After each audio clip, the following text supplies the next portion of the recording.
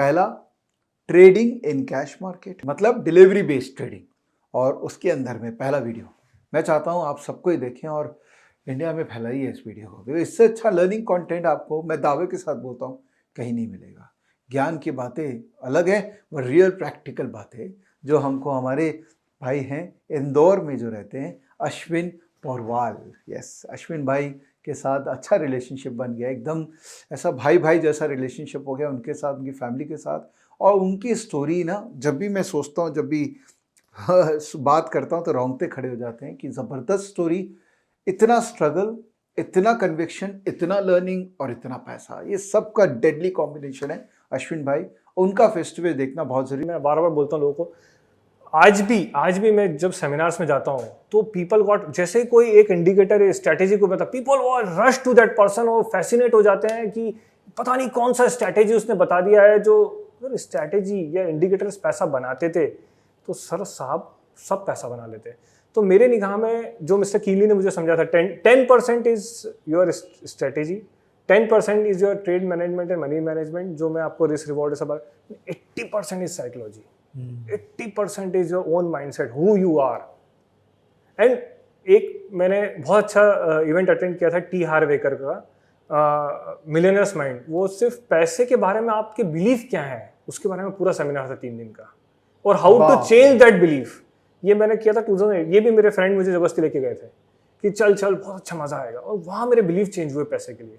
तो जो मैं पॉइंट आपको बोलना चाह रहा हूँ कि आप अगर राइट बिलीफ और राइट माइंडसेट के साथ बाजार को ट्रेड करोगे तो आपका रिजल्ट अलग आएगा, और रॉन्ग बिलीफ और रॉन्ग माइंडसेट के साथ ट्रेड करोगे, आप चेस करोगे, गलत चीज़ों को चेस करोगे तो रिजल्ट अलग आएगा। तो वो जो साइकोलॉजी को बिल्ड करना, जो 80% पार्ट है, उसको आप मैक्सिमम टाइम फोकस करो। ये कोई सा भी सिंपल स्ट्रैटेजी उठा लो, चालू कर दो विथ अ प्रॉपर रिस्क और ट्रेड मैनेजमेंट डिफाइंड। उसके बाद आपको सिर्फ एक काम करना है, साइकोलॉजी और खुद का personality build. Because T Harv Eker said, how you do anything in your life is how you do everything in your life. कोई आदमी बोलता है कि मैं ना मार्केट में डिसिप्लिन हूँ, बाकी मैं लाइफ में डिसिप्लिन हूँ, इम्पॉसिबल, हो ही नहीं सकता, इम्पॉसिबल।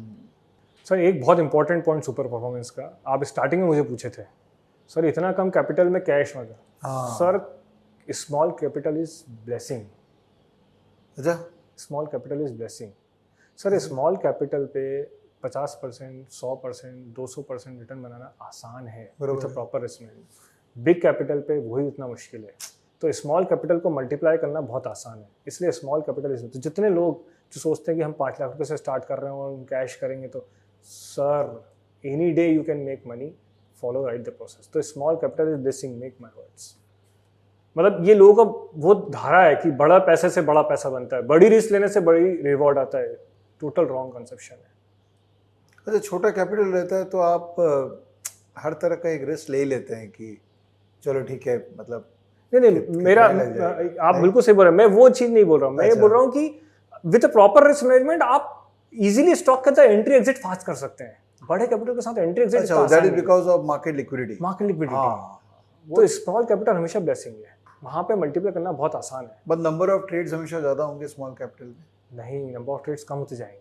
कम होंगे सर कैपिटल साइज, जब कैपिटल साइज बढ़ी रहेगी, हमने पोजीशन साइजिंग पे बात नहीं की। मैं 5 मिनट बोलूँगा कि जब कैपिटल साइज आपकी बड़ी होगी तो किसी भी स्टॉक में 25% की पोजीशन लेना इज वेरी डिफिकल्ट।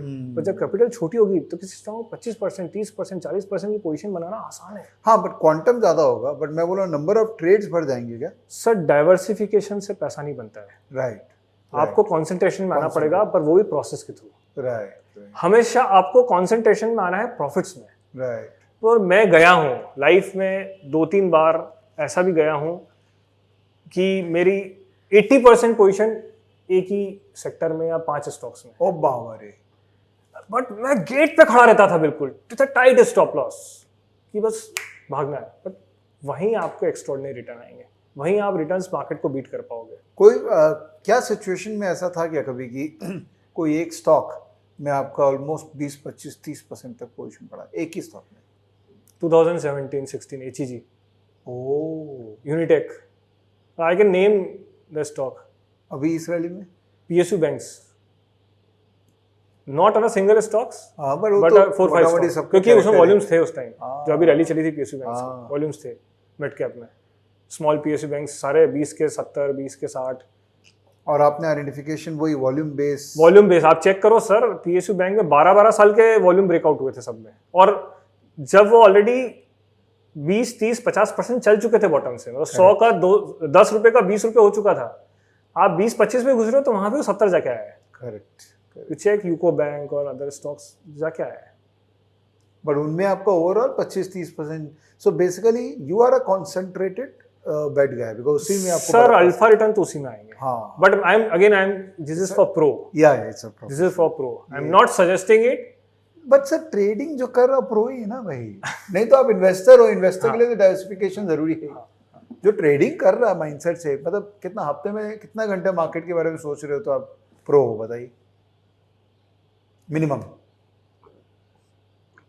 नहीं, रोज का 2-3-4 घंटे भी दे रहे हो तो आप प्रो हो, 3 घंटा 4 घंटा भी दे रहे हो तो आप प्रो।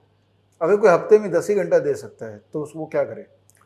आपको हायर टाइम फ्रेम से ट्रेड करना पड़ेगा, रिटर्न उतने आएंगे। लोगों का से मिसकंसेप्शन है कि इंटर ट्रेडिंग करके ज़्यादा पैसे बनते हैं या शॉर्ट टर्म ट्रेडिंग। आपको सिलेक्शन करना है, आपके बिहेवियर, आपके टाइम कितना है आपके पास उसमें, बट पैसे सेम आएंगे, रिटर्न सेम आएंगे। मतलब आप अगर वीक में समझो 5 घंटा दे सकते हो तो आप, या बीच में आप 10 घंटा दे सकते हो तो आप डेली चार्ट पे ट्रेड करो।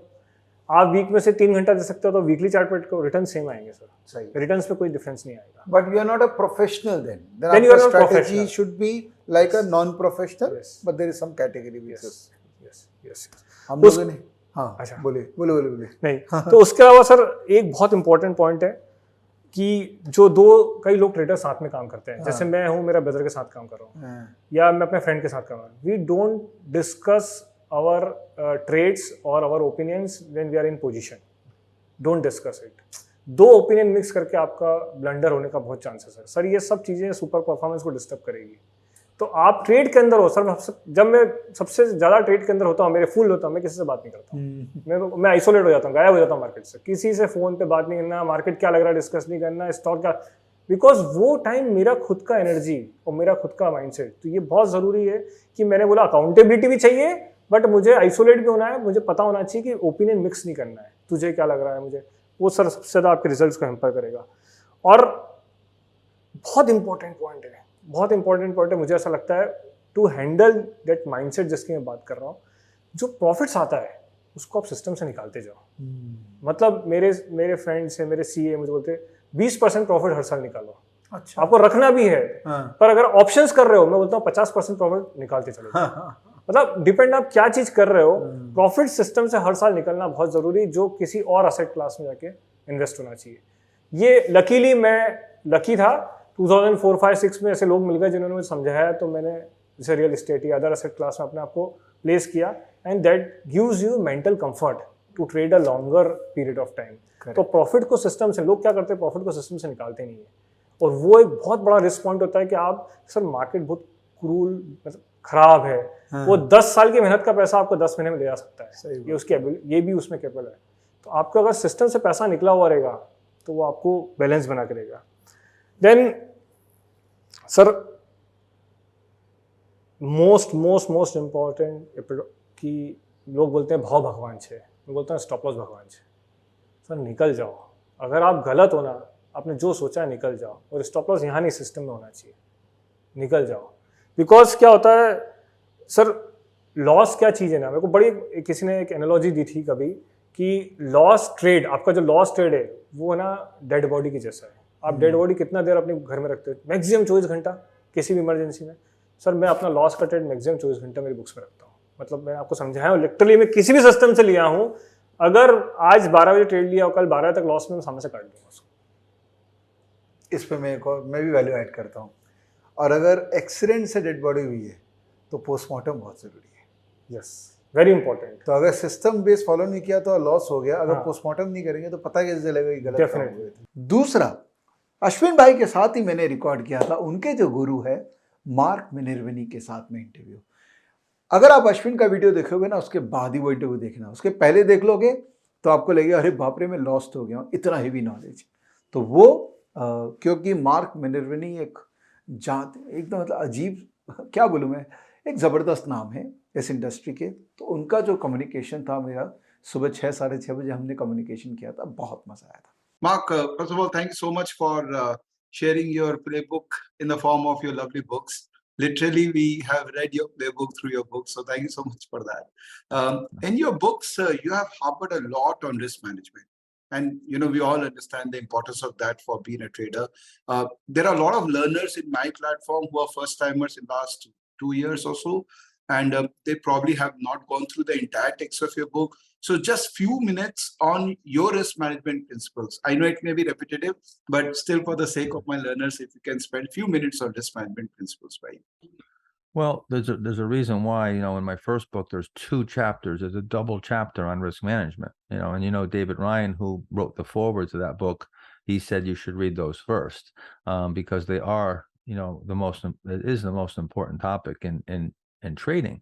So it's all about, you know, all about risk management. So, you know, it starts off with, you know, the first thing is, you know, knowing where you're going to get out before you get in, you know, and really having that plan, you know, and risk needs to be managed in a number of ways: position sizing, stop losses, you know, not when you get fully exposed to not allowing too much drawdown from peak on positions, not averaging into losing positions, only buying in the direction of a trade, or if you are buying on a pullback, make sure it's turning back up before you start getting involved, or certainly if it is going down, and you're buying into that, you're going to have some point at which you know, you say uncle, if they twist your arm too far. It comes down to math. You know, your gains have to average more than your losses, or you're not going to make any money. It's that simple. You know, it's no different if you're playing poker. You know, your winning hands are going to have to average more than your losing hands. So, you know, that risk reward ratio, that's the holy grail. The holy grail in trading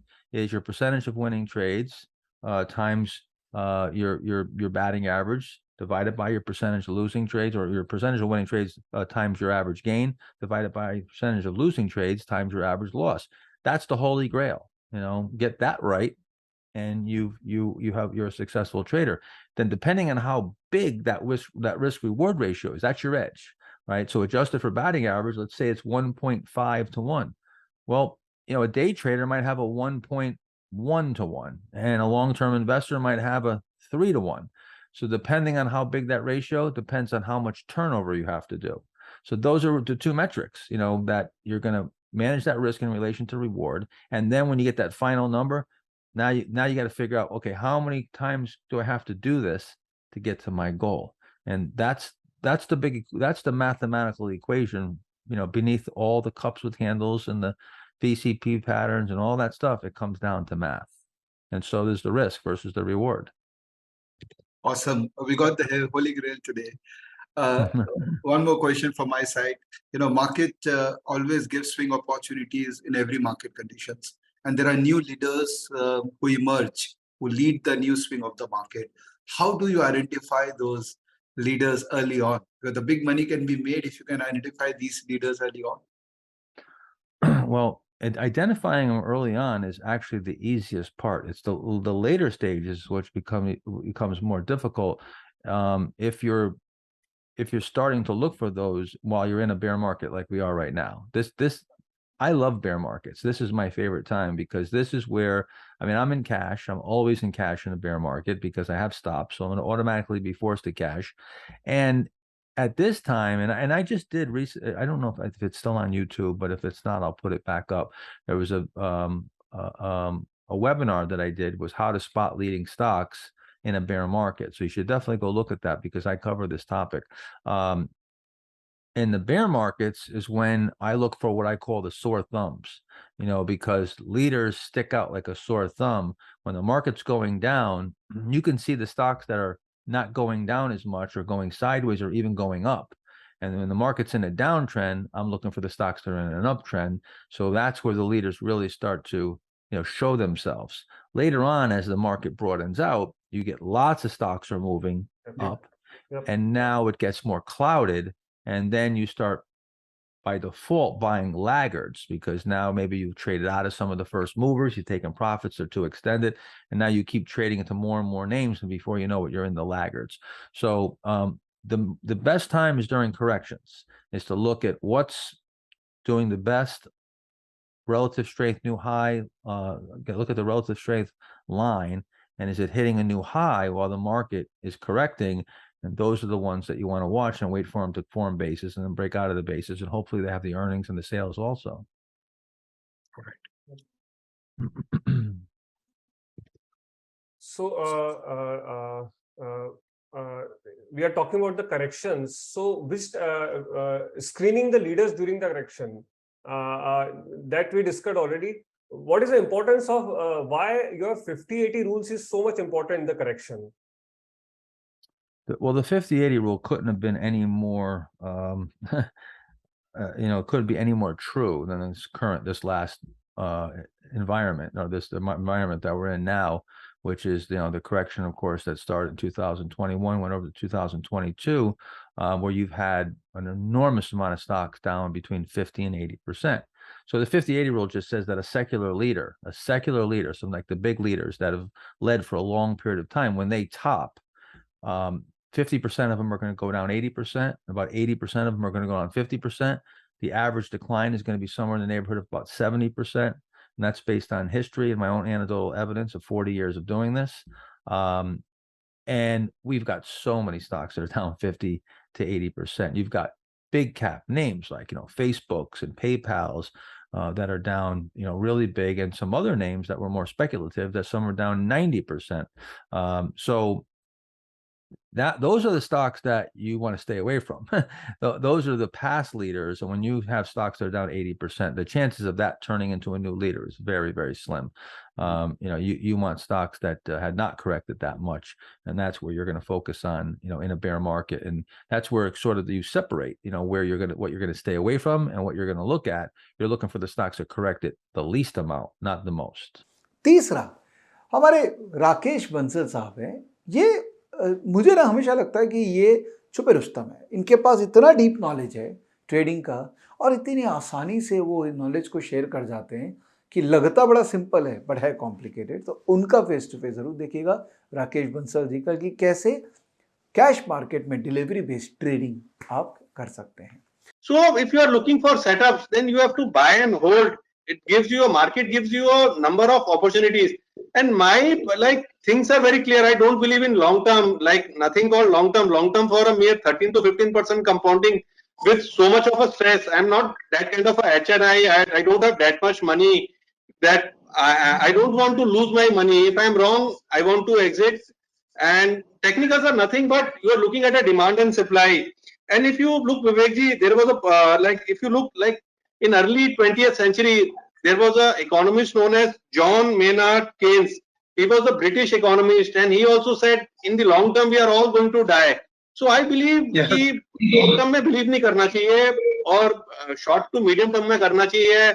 And I get lot of queries also कि people say कि we want to buy for long term, they want to do for create wealth for kids.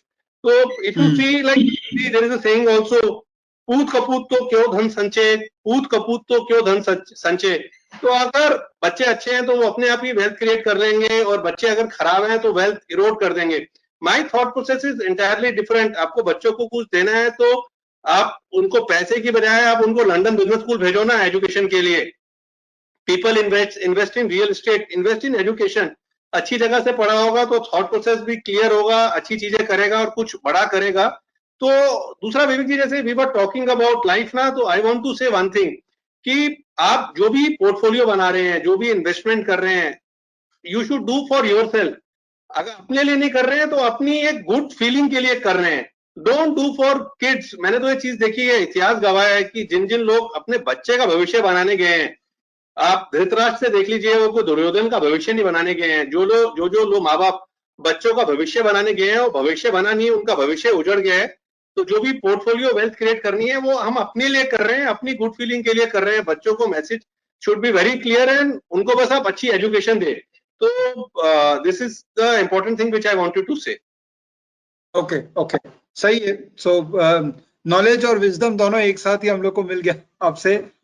थोड़ा सा technical discussion में अगर चलें कि ये जो आपने चार्ट ड्रॉ किया है, मैं देख रहा हूँ कि आप कोई सॉफ्टवेयर यूज कर रहे हैं जिसमें ये एक नॉर्मल चार्ट नहीं है. दिस इज नॉर्मल कैंडलस्टिक या नॉर्मल बार चार्ट नहीं है, थोड़ा डिफरेंट चार्ट लग रहा है मेरे को। देखिए Vivek ji, this is a 3 line break chart. इसमें बेसिकली क्या होता है, जैसे आज कोई कैंडल बनी है तो नई कैंडल तभी बनेगी। देखिए इसमें एक व्हाइट कैंडल होती है, एक ब्लैक कैंडल होती है। तो Okay. व्हाइट कैंडल ऊपर की कैंडल है, ब्लैक कैंडल नीचे की कैंडल है। तो अगर आज व्हाइट Okay. कैंडल बनी है तो कल कैंडल तभी बनेगी व्हाइट कैंडल जब आज की कैंडल के ऊपर की क्लोजिंग आएगी। एल्स अगर आज के ऊपर की क्लोजिंग नहीं आएगी तो नई कैंडल नहीं बनेगी।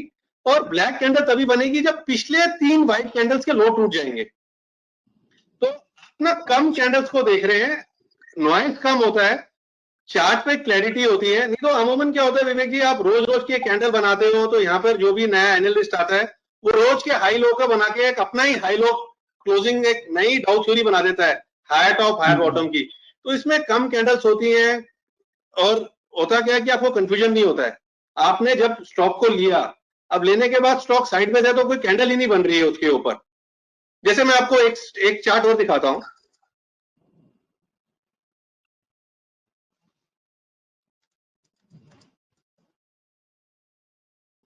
देखिए this is the chart of a VIX. अब विक्स में अगर आप देखेंगे तो यहाँ पर एकदम नीट क्लीन क्लियर ब्रेकआउट हो रहा है विक्स में अराउंड 30 लेवल्स। और ये ब्रेकआउट हुआ है विक्स के अंदर in the month of March. तो वहीं से सब वोलेटिलिटी मार्केट में शुरू हुई थी। तो जब आप, मेरा मानना है कि आप बड़े टाइम फ्रेम का चार्ट देखते हैं, 3 लाइन जैसा कुछ चार्ट देखते हैं, तो it gives you a more clarity, आपको ब्रेकआउट्स क्लियरली दिखते हैं। अमूमन क्या होता है, आप यहाँ पर जितने भी लोग आते हैं, ब्रेकआउट हुआ तो वो मानते हैं कि गोली की तरह भागेगा। अरे ब्रेकआउट के बाद 3 चीजें होंगी, या तो ऊपर जाएगा, या थोड़ा कंसोलिडेट करेगा, या ब्रेकआउट फेलियर होगा। समय देना पड़ेगा। यहाँ पे क्या होता है, ब्रेकआउट के बाद कंसोलिडेट होता है तो जो एनालिस्ट है वो घबरा के भाग जाता है। You need to have patience, you need to have time. तो ये एक अलग तरीके का चार्ट है जिसको मैं यूज करता हूं फॉर पोजिशनल इन्वेस्टिंग। देखिए मार्केट में ना Vivek ji, one thing is very clear कि ना you have to make your own rules. तो this charts are for investing. फिर the second rule is you should know when to break those rules and make new rules. तो बीच बीच में इसमें trading opportunity भी मिलती है, तो वो एक एक्स्ट्रा बोनस है मेरे लिए, तो मैं उसको भी यूज करता हूँ।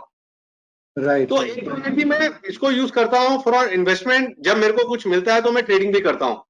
अब सेकेंडली व्हाट आई डू, आप भी सब लोग जानते हैं इन ट्रेडिंग। देखिए ट्रेडिंग में एफएनओ के अंदर 90% of the people lose money, ये एक हकीकत है। देखिए मैं आपको इसकी एक अच्छी सी एक स्टोरी भी बताता हूँ, रियल स्टोरी बताता हूँ। देखिए मैंने ब्रिज रतन बागड़ी जी से काम सीखा। तो उनके फादर वॉज बाबूलाल बागड़ी, वो रिलायंस का रेट खोलते थे। उन्होंने बीएससी की मेंबरशिप ली थी तो स्टैंडिंग ओवेशन मिला था बीएलबी को। He was a respected person.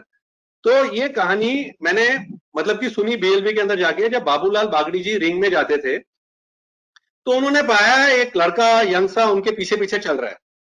तो बाबूलाल बागड़ी जी ने पूछा उनसे कि भैया आप कौन है। तो उन्होंने बताया कि भैया मैं इस ब्रोकर का बेटा हूं और पापा ने बोला है कि कुछ भी जो इनके पीछे चलो और सीखो। तो उन्होंने बोला बेटा कुछ भी समझ में ना आए तो मुझसे पूछ लेना। तो उन्होंने एक ही प्रश्न करा उनसे बच्चे ने कि अंकल अगर ये जो शेयर आप ले रहे हैं इसका भाव कल क्या होगा। तो बाबूलाल बागड़ी जी का जवाब था कि आज कल के हिसाब किताब में अगर ब्रह्मा विष्णु और महेश भी आ जाएं इस अखाड़े में तो वो पैसे दे जाएंगे। Vivek ji, the tragedy is that कि इन एफएनओ ना we are trying to capture short term trend which is very difficult. देखिए लॉन्ग टर्म ट्रेंड मार्केट का जैसा भी है अभी आप ठीक है ट्रेंड। अब यूएस मार्केट में फ्लक्चुएशन आई तो मार्केट नीचे खुलेगा, आपका 2% का स्टॉप लॉस ट्रिगर हो जाएगा। तो एफएनओ एक वो अखाड़ा है जहां पे 90% पीपल लूज मनी। तो मैंने क्या करा है, मैं क्या करता हूँ एफएनओ के लिए, यू विल लाफ, मैं एफएनओ के लिए क्या करता हूं, मैं चार्ट को उल्टा कर देता हूं। आई सी चार्ट को उल्टा करके, इनवर्स चार्ट। तो होता क्या है कि देखिए आपको इस मार्केट के अंदर एफएनओ के अंदर biggest enemy is fear and greed. तो आपका ना फियर चले जाता है, फियर आपका गायब हो जाता है। मैं आपको एक लाइव एग्जांपल दिखाता हूं, आपके पास स्क्रीन शेयर है।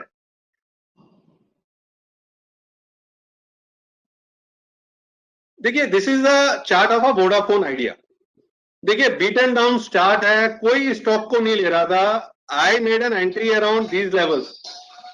पहला एंट्री लिया मैंने 6 रुपए के अराउंड, दूसरी एंट्री ली इस कैंडल पर, दिस कैंडल पर।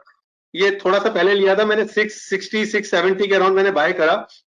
One can see the chart, कि यार ये चार्ट अगर उल्टा करके देख रहे हो वोडाफोन का, तो आपको लगता है कि यार ये ना कुछ होने वाला है, ये भस्म हो जाएगा, नीचे की तरफ गिर जाएगा, तो that gives you a confidence. Else अगर इसी चार्ट को मैं भी अगर सीधा कर दूं, तो आप क्या बोलोगे, अरे यार बीटन डाउन स्टॉक है, अपनी आप थ्योरीज लगाओगे रिट्रेसमेंट की, ये तो पुल बैक है, तो आप बाई नहीं करते हो। योर फियर्स आपको रोकता है, आपका डर आपको रोकता है खरीदने के लिए। बट जब चार्ट को उल्टा करते हो, तो आपको दिखता है कि यार ये तो इसमें कुछ होने वाला है, तो फियर वो खत्म हो जाता है। And this inverse chart works very good in bull market, तेजी के अंदर ये एकदम कमाल करता है।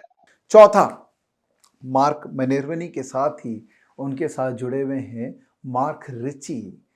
प्राइस बेस्ड ट्रेडिंग, जो एक टेक्नो फंडा होता है ना, कि फंडामेंटली अच्छे स्टॉक में कैसे ट्रेडिंग करें, मुझे लगता है बहुत ज़बरदस्त नॉलेज उन्होंने शेयर की थी, तो वो भी आप देखिएगा। If you could only give me one screen, you locked me in a prison cell and said I can only use one screen, you're going to slide me charts from that screen, it would be the relative strength. So this screen here is very simple. It is just, I run the top 2 or 3 relative strength stocks. So everything in the top 1 to 3% of the market. The strongest, the way the rankings go is 97, 98, 99 would be the top 3%. But think of it as the highest price action or strongest stocks in terms of price action relative to the S&P 500 is what I'm looking at. So there's a really good example of, I'm not saying what stocks show up in the screen. I'm letting the market tell me where is the strength, Vivek. That's what I want to know. And I want to know it every day, day after day after day after day. And you'd be shocked how many times, if you just run this screen and take your eyes off the indexes, in my view, this will tell you more about the risk appetite for the market and for managers than about any other indicator I have. Most people don't believe me. They don't, that doesn't really work. How can you trade the markets and not look at the Dow or the S&P? Well, this is how I do it. Because I'll give you an example. Right now, the highest relative strength stocks and this is talking about the US, but you can, whatever market you're trading, I would do the same thing. So, to my point before, if you only gave me one screen, I want the screen of the market you're making me trade. So if you're gonna bring me over to India and say, okay, you can't trade anything but the Indian market, I'm gonna say, okay, show me the top 2% of what's holding up the best in the Indian market. If you take me to some other country, I'm gonna do the same thing. Sure. So right now is a good example. Here in the United States,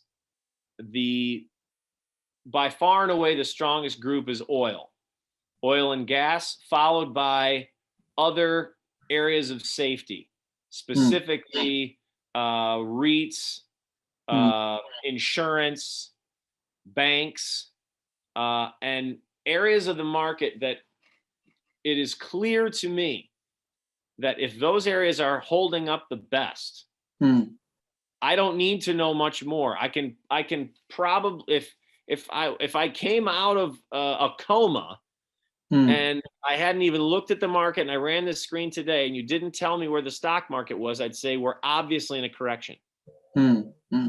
Because managers are not willing to take risk. The stocks that are the most bid are all cautionary plays. Now, oil's a little bit of a caveat, but even then, historically speaking, when oil is leading above other areas, above high tech, above semiconductors, above consumer retail and leisure and entertainment type stocks, it's just not a great sign for momentum and growth in the market. So generally that would signal caution. Some people, I get labeled a momentum or a growth trader.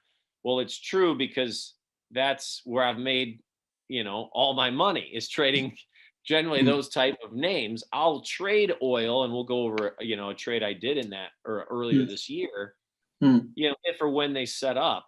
But I like to see, so if the picture was completely different, and it was biotechnology and enterprise software and social media, leisure entertainment type stocks that were all leading, stocks with big earnings and sales.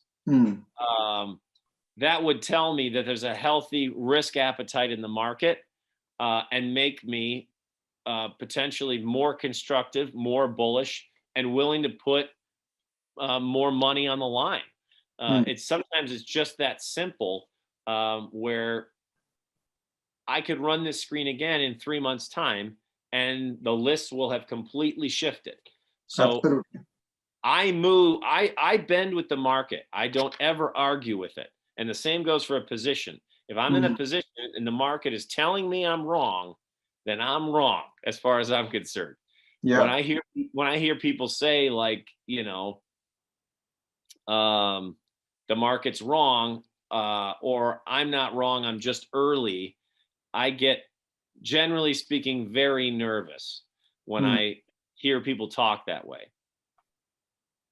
Sure. So, relative strength is something which I practice a lot in Indian market. In fact, I have a tool called Stockage where we have specifically relative strength scanners. And I totally agree to what you said, that it's just one scanner which you need in your life to participate wisely in market is relative strength. So good, interesting to know that you also practice it. I didn't know that you do that. So this is actually giving me more excitement. और पांचवा एक छुपे Rustam global trader हैं, gorilla trader. उनका जो face to face मैंने record किया, again एक बार तो मेरे माथे के ऊपर से चला गया था, लेकिन मैंने फिर 2 बार 3 बार देखा, तब मुझे रियलाइज हुआ कि जबरदस्त सेटअप, सोच कितनी जबरदस्त थी। तो उनका भी मैंने किया था। Okay, now VWAP in US institutional trading, VWAP is everything. Now you had my buddy Brian Shannon on there. Yeah. Right? I love Brian. He got me addicted to that anchored VWAP. Yeah. You know, that anchored VWAP's like eating potato chips. You can't just eat one. I almost had 4 screens going because he got me. I was anchoring all over the place. So I had to calm down on that, right? But it's very good. Now, VWAP is the institutional benchmark. Now, if you're my client and you tell me, listen, JJ, go buy me 1 million shares of Microsoft today, right? I will try and get you prices under VWAP.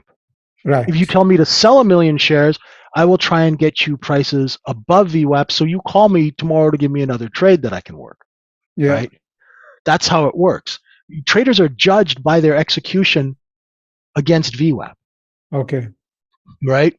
So how much product can I get you under? How much product can I sell for you over? Right? Yeah. And the better prices I get with respect to VWAP, the better a trader I am because I know how to work the order. Right? Yep. Even now when companies are financed, right?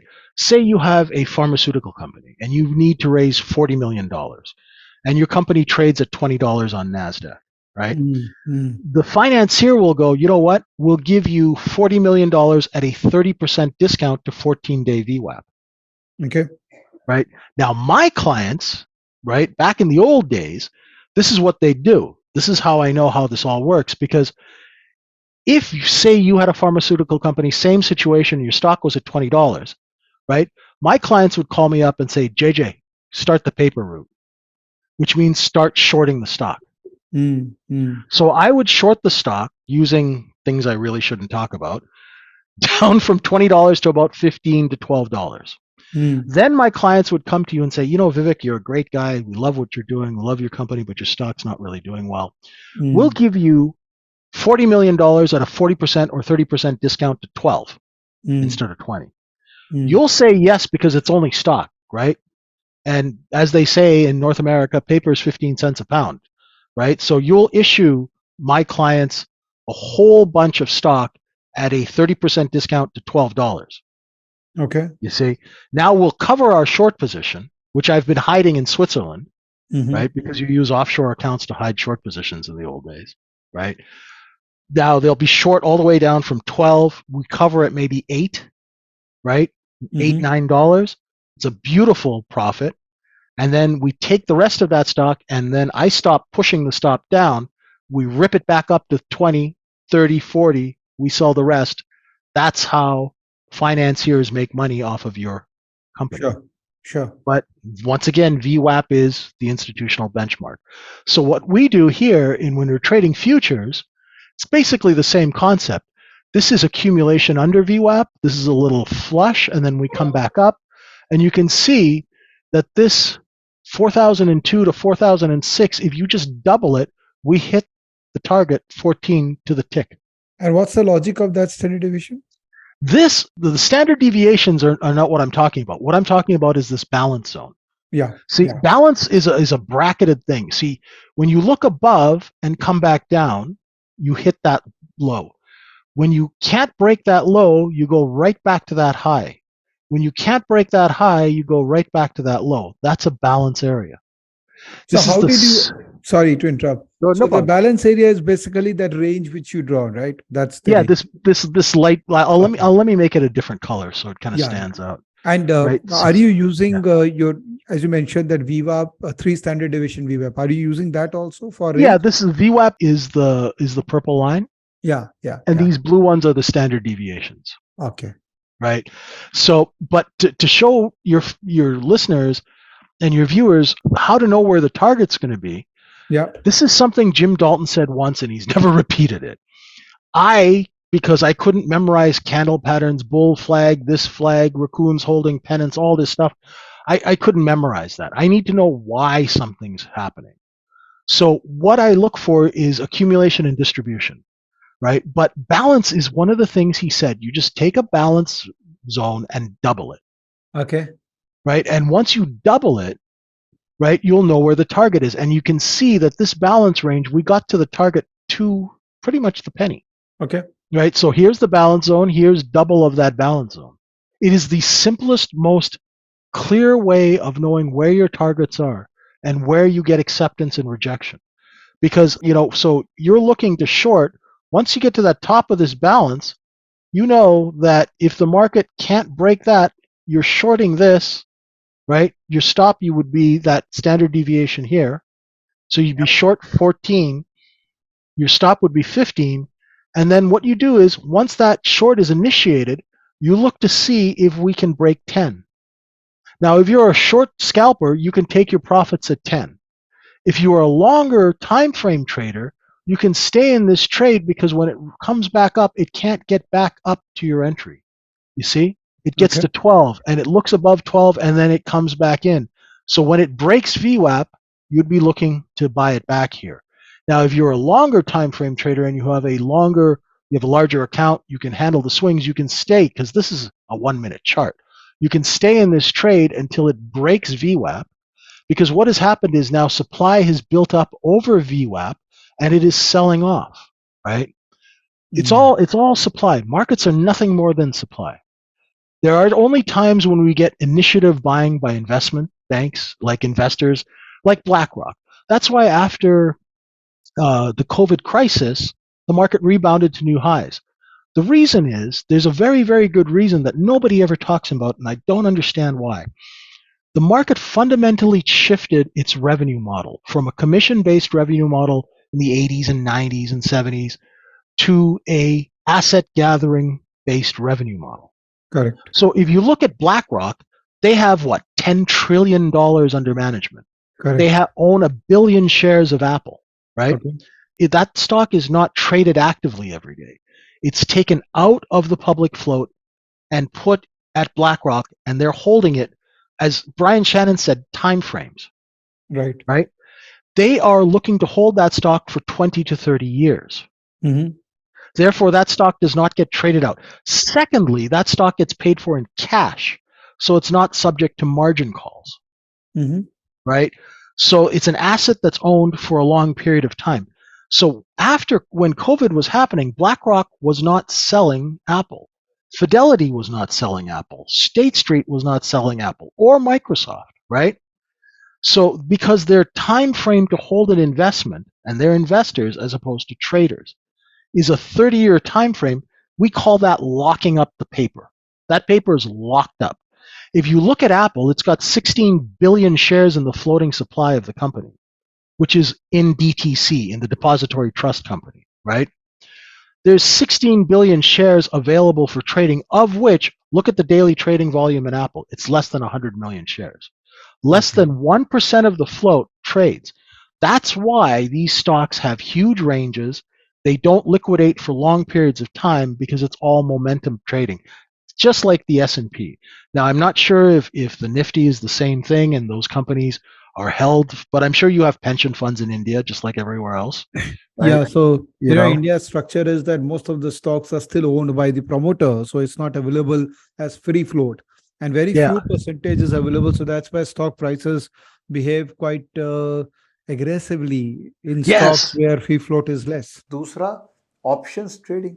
तो जब options trading की बात हो और price action base option trading की बात हो तो मितेश पटेल उनका जवाब नहीं है। I think the kind of content, जो नॉलेज उन्होंने शेयर किया, जो प्रोसेस वो अपनाते हैं, जो स्टाइल है उनका ट्रेडिंग का, वो undoubtedly one of the best in the industry है। मेरा पहला क्वेश्चन, अब थोड़ा मार्केट ओरिएंटेड चलते हैं। मेरा पहला क्वेश्चन ये है कि स्टॉक में मोमेंटम कैसे आइडेंटिफाई होती है? स्टॉक में देखो, मैंने जब एक वर्कशॉप किया था दिल्ली में, तो मैंने उन लोगों को कुछ मेरे एक्सपीरियंस के बेस पे बताया था। तभी एक बंदे ने मुझे बताया था कि आपने जो बताया ना, ये वीकअप की बुक में पूरा क्लियर लिखा हुआ है, जैसे आपका एक्सपीरियंस शेयर किया उसने ऐसा भी लिखा हुआ है। फिर मैंने वो बुक पढ़ा तो फिर मुझे लगा कि सेम ये इसने जो भी बुक में लिखा है वो एक्सपीरियंस बेस पे लिखा है, कोई थियोरेटिकल ज्ञान नहीं लिखा है उसने बुक में। तो उसमें देखो, अगर कोई भी स्टॉक को ऊपर या नीचे जाना होता है बराबर, या तो फिर उसमें इनसाइडर इन्फॉर्मेशन बड़े लोगों को पहले मिल जाती है, पब्लिक को बाद में आती है। अगर मान लो कि अगर वो ऊपर जाने वाला है, इसको ऊपर लेके जाना है, अच्छा न्यूज़ आने वाला है, तो इनसाइडर इन्फॉर्मेशन में वो क्या पहले से ही एक्यूमुलेशन चालू कर देते हैं बड़े लोग। या तो डिलीवरी बेस्ड बाइंग कर लेंगे उसमें मैक्सिमम, और साथ में ऊपर लेने जाने के टाइम पे वो फ्यूचर में भी एक्यूमुलेशन कर लेंगे, वो सब करते हैं। सेम ऐसा अगर चलो उसमें बैड न्यूज़ आने वाला है तो सेम ऐसे डिस्ट्रीब्यूशन फेज रहता है, एक एक्यूमुलेशन फेज रहता है अपना। और डिस्ट्रीब्यूशन फेज और एक्यूमुलेशन फेज कभी छोटा नहीं रहता है, वो बड़ा ही रहता है। 1 महीने का रहेगा, 2 महीने का रहेगा, 3 महीने का भी रह सकता है, 4 महीने का भी रह सकता है। और वैसे देखो, वो जब वो फेज ख़त्म होता है ना, एक्यूमुलेशन और डिस्ट्रीब्यूशन, उसके बाद जो रेंज ब्रेकआउट होता है वो आपको एक लंबा मूव दे देती है। और उसी में ही मेरा ट्रेडिंग होता है, वही स्टॉक में। बाकी कोई भी स्टॉक में मैं ट्रेड नहीं करूँगा। एक एग्जांपल ले, कोई स्टॉक का कोई चार्ट देख के एग्जांपल लेंगे। आपने कोई ट्रेड भी किया? रिसेंटली देखो, मैंने पब्लिक में बोला था कि टाटा ग्लोबल एक भारतीय एयरटेल है। तो उसमें हम चलो मान लो कि हम टाटा ग्लोबल का एग्जांपल देखते हैं कि मैंने उसको क्यों बाय किया था। करेक्ट।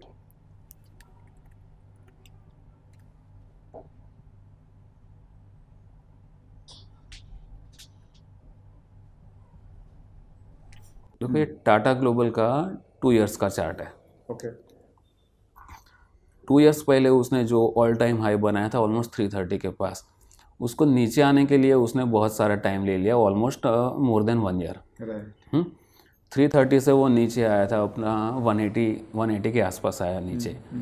और वही पीरियड उसको ख़त्म करने के लिए ज़्यादा टाइम नहीं लगा। लेस देन 1 ईयर में वो वापस अपने जहाँ पे था लेवल, वही वहाँ पे लेवल पे चला गया। अभी इतना जान लो कि अगर वो नीचे आ रहा है और विद इन 9 मंथ्स में वो ऊपर चला जाता है बराबर, तो उसमें कुछ तो होगा, तो भी ऊपर गया है बराबर। क्योंकि कोई ऐसा मत सोचो कि अभी ये ऊपर चला गया तो और ऊपर नहीं जाएगा। 2 साल पहले वो ऊपर था, वो नीचे आ गया, मतलब फिर सेलिंग प्रेशर तो इसमें ऑलवेज रहेगा। 330 से अगर कोई स्टॉक 180 आता है तो डेफिनेटली इसमें जो भी लोग यहाँ पे फंसे हैं डिलीवरी बेस्ड बाय करके, वो जैसे जैसे ऊपर जाएगा वो अपना एग्जिट पॉइंट करेंगे। तो सेलिंग प्रेशर तो रहेगा। अगर वो सेलिंग प्रेशर कम पीरियड में अगर एब्सॉर्ब हो जाता है तो मान लो कि इसमें बड़ा मूव आने वाला है। ये मेरा एक्सपीरियंस के बेस पे बोल रहा हूँ। तो इसका मतलब प्राइस मूवमेंट और कितना जल्दी वो प्राइस टाइम पीरियड में, कितने टाइम पीरियड में वो ऊपर जाता है। अभी ये चार्ट को हम छोटा कर देंगे, 9 मंथ्स में आ जाएंगे 2 ईयर से। अभी देखो, जैसे हम 9 मंथ्स में आ गए। पहला देखो, अब जैसे कि मैंने एक्यूमुलेशन डिस्ट्रीब्यूशन फेज बताया, देखो यहाँ पे जब भी आप वॉच करते हो, ये जो पीरियड है पूरा आप चेक करोगे, ये पीरियड है पूरा एक्यूमुलेशन जोन, क्योंकि इसके बाद स्टॉक ने अपसाइड रेंज ब्रेकआउट दिया है। यहाँ पे मान लो जब भी एक्यूमुलेशन फेज, डिस्ट्रीब्यूशन फेज जब भी होता है तो नीचे वॉल्यूम एक्टिविटी बहुत कम हो जाता है। ना उसमें सेलिंग आएगा ना बाइंग आएगा, मीन्स वो धीरे धीरे स्टॉक में आइदर यहाँ पे डिस्ट्रीब्यूशन हो रहा है, एक्यूमुलेशन हो रहा है, वो हमको पता नहीं चलेगा अभी क्या होने वाला है। जब भी इसका रेंज ब्रेक होगा तब हमें पता चलेगा कि इसमें एक्यूमुलेशन हो चुका है और अभी स्टॉक में अपसाइड मूवमेंट आने वाला है। अगर अभी टाटा ग्लोबल के केस में जैसे उसने 280 का रेंज ब्रेक करके जो यहाँ पे जो हाई कैंडल जो बनाया था यहाँ पे, ये आप देख रहे हो हाई कैंडल जो है, उसको देखो वो कैंडल के नीचे आया यहाँ पे, लेकिन वो धीरे धीरे लो वॉल्यूम में आया। यहाँ पे क्या होता है कि अगर मान लो कि स्टॉक ऊपर ज़्यादा है तो बीच बीच में जो बड़े जो लोग रहे तो वीकेंड्स को वो रिमूव कर देते हैं, क्योंकि वो रैली में पार्टिसिपेट करने नहीं देंगे। अगर यहाँ से अगर इमीडिएटली अगर वो चले जाएगा तो रिटेलर्स को भी बेनिफिट हो जाएगा, वो भी प्रॉफिट बुक करेंगे और साथ में वो भी करेंगे। लेकिन जो मज़ा उनको जो लॉस करवाने में आता है ना बड़े लोगों को, रिटेलर्स को, वो कहीं पर भी नहीं आता, मेरा मानना है। तो अभी यहाँ पे देखो ये भी यही कैंडल जो हैवी वॉल्यूम से बाइंग हुआ था वो सस्टेन कर रहा है यहाँ पे, बराबर। यहाँ पे एक बार ट्राई किया ऑल टाइम फिर से हाई बनाने के लिए, बराबर। यहाँ पे ट्राई किया, यहाँ पे भी ट्राई किया, वो 3 टाइम्स अगर ये स्टॉक फेल हुआ है, अगर फोर्थ टाइम में अगर कोई भी अगर इसको वापस अगर ऊपर लेके जाना है तो ऑब्वियसली जो भी सेलिंग प्रेशर है वो उसको एब्जॉर्ब करना पड़ेगा। अगर वो सेलिंग प्रेशर है, एब्जॉर्ब कैसे होता है वो आपको कैसे पता चलेगा, वो आपको यहाँ से ही पता चलेगा कि आप देख रहे हो कि जितना भी सेलिंग था वो बायर्स ने एब्जॉर्ब कर लिया, वो आपको यहाँ नीचे जो वॉल्यूम का जो बार है उससे पता चलेगा। अगर मान लो कि ये ब्रेकआउट ये छोटे वॉल्यूम से आता तो मैं उसको बाय नहीं करता। यहाँ पे मुझे क्लियर इंडिकेशन है कि सेलिंग प्रेशर पूरा एब्जॉर्ब हो गया कि अभी मुझे इसमें लॉन्ग ही जाना चाहिए। यहाँ से मेरा जैसे इसने कैंडल कंफर्मेशन मुझे यहाँ पे दे दिया, ये इमीडिएटली मैंने इसको 335 और 337 के अराउंड इसमें फ्यूचर में बाय करके रख लिया है इसको। रिसेंट ट्रेड जो मैंने लिया था अभी ये जनवरी मंथ में, आप उसका ये मेरा जो कॉन्ट्रैक्ट नोट है आपको इसमें साथ में स्क्रीनशॉट में आपको बताया जाएगा कि मैंने इसमें ट्रेड भी लिया था और उसको मैंने एग्जिट मारा था यहाँ पे 380 के आसपास, उसको एग्जिट मारा था। क्यों मारा था एग्जिट 380 के आसपास? अभी देखो जब भी कोई भी ब्रेकआउट स्टॉक जो ट्रेड होता है तो उसमें डेफिनेटली वो कंटिन्यूस तो ऐसे ऊपर नहीं जाएगा, थोड़ा तो पॉज लेगा। अगर मेरा काम अगर 4 दिन में वो हो जाता है तो मैं उसको और 2-3 महीना क्यों वेट करूँगा। और उसके बाद आप देख भी सकते हो, देखो 5-10 दिन अगर उसने यहाँ पे टाटा ग्लोबल ने ट्रेड किया है वही रेंज में, अगर वो यहाँ से 380 से लेकर 390 की रेंज में वो ट्रेड कर रहा है। ये डिस्ट्रीब्यूशन फेज है कि ये नया एक्यूमुलेशन फेज है? ये यहाँ पे अभी जब भी डिस्ट्रीब्यूशन फेज देखो 1-2 दिन में ख़त्म नहीं होने वाला है। अगर होगा तो और वो 1-2 महीना चलेगा, बराबर। अगर डिस्ट्रीब्यूशन फेज रहेगा, अगर नीचे की रेंज ब्रेकआउट होगी तो समझ लो कि वो डिस्ट्रीब्यूशन फेज था। अगर ऊपर जाएगा तो समझ लो कि अप ट्रेंड में एक्यूमुलेशन हुआ है और ये नया हाई और बनाएगा। ओके। अभी देखो मेरा एज ए ट्रेडर मुझे मैं यहाँ पे क्यों बुक कर रहा हूँ, देखो यहाँ पे मैंने बाय किया है, मतलब मेरा कैपिटल भी इसमें ब्लॉक हुआ है, राइट। अगर मुझे 4 दिन में इसने पैसे दे दिए है तो मुझे F&O में 150 स्टॉक है, कोई नया ऐसा स्टॉक मिल जाएगा जो ब्रेकआउट कर रहा है, मुझे मेरे पैसे उसमें चले जाएंगे और आपको रिजल्ट भी मिल रहा है। देखो कि ये नेक्स्ट 5 to 7 ट्रेडिंग डेज में आप देखो तो वो छोटी रेंज में घूम रहा है। अगर मैं इसमें मेरे पैसे ब्लॉक करते तो मुझे इसमें ज़्यादा रिटर्न भी नहीं मिलता, हो सकता है मैं और मेरे पैसे इसमें ब्लॉक रहते तो 10 दिन मेरे कैपिटल जो है उसका मुझे एप्रिसिएशन नहीं मिलता। तो ये आपने आइडेंटिफाई कैसे किया था टाटा ग्लोबल कि 150 स्टॉक में? हाउ डू आइडेंटिफाई कि ये स्टॉक ब्रेकआउट दे सकता है? अगर आपको स्टॉक मार्केट में पैसा बनाना है तो आपको थोड़ी मेहनत तो करनी पड़ेगी। आपको रेंज, स्टॉक की रेंज याद रखनी पड़ेगी कि ये स्टॉक इसके ऊपर ज़्यादा है तो मुझे इसको वॉच लिस्ट में ऐड करना ही है। मैं इसको जब से ये कैंडल, जब ये हाई वॉल्यूम वाला कैंडल जनरेट हुआ था तब से मैं इसको देख रहा था कि कैसे ये सस्टेन कर रहा है स्मॉल पीरियड में। जब भी ये बड़े वॉल्यूम से ब्रेकआउट होगा तो जहाँ वहाँ पे मेरा लॉन्ग हो जाएगा या शॉर्ट हो जाएगा, कोई भी एक तरफ जहाँ पे जाएगा वो। और उसने अपर साइड का ब्रेकआउट दिया तो मेरा लॉन्ग वहाँ पे हो गया। और ये ट्रेड को मैंने पब्लिक में भी शेयर किया था कि टाटा ग्लोबल जनवरी मंथ में बुलिश हो जाएगा। रीज़न मेरा सिर्फ यही था कि आप ये देख सकते हो कि यहाँ पे देखो अप ट्रेंड में जो कंसोलिडेशन हुआ था वो ये पहला कंसोलिडेशन है, ये दूसरा है। Correct. अगर यहाँ पे इतने लंबे पीरियड में स्टॉक कंसोलिडेशन हो रहा है, मीन्स एक्यूमुलेशन हो रहा है, तो प्रॉफिट बुकिंग के लिए, प्रॉफिट बनाने के लिए, बुकिंग के लिए नहीं, प्रॉफिट बनाने के लिए स्टॉक ऊपर लेके जाएंगे ही बड़े लोग। तो इसका मतलब आप ये सारे एफएनओ के 150 स्टॉक्स को रोज स्टडी करते हैं? उसमें जो लिक्विडिटी जो स्टॉक रहते हैं ना, हाँ, वही मैं उसमें देख रहा हूँ। अच्छा। उज्जीवन फाइनेंस जैसे जो स्टॉक है, इक्विट्स है, उस पर मैं ज़्यादा ध्यान नहीं दूंगा। Okay okay, so top may be top 100 और टॉप 70 टॉप 50 आप बोल सकते टॉप 50 लिक्विड स्टॉक्स पे liquid ही stock। आप उनका चार्ट स्टडी करते हैं और रेंज ब्रेकआउट निकालने की कोशिश हाँ। करते हैं। Got it. सेकंड, एक ऑप्शन ट्रेडर है बेंगलोर बेस्ड, श्रेयस बंडी। बहुत ही प्यारे हैं, सिंपल से हैं, बट जो काम करते हैं, जो ट्रेड करने का स्टाइल है, जो पलट जाते हैं ट्रेड्स को, जो प्रॉफिट बुक करने का तरीका है, जो एडजस्टमेंट करने का तरीका है, मुझे बहुत पसंद आया और मुझे वो एज अ पर्सन भी बहुत अच्छे लगते हैं। तो उनका वीडियो भी आप देखिएगा।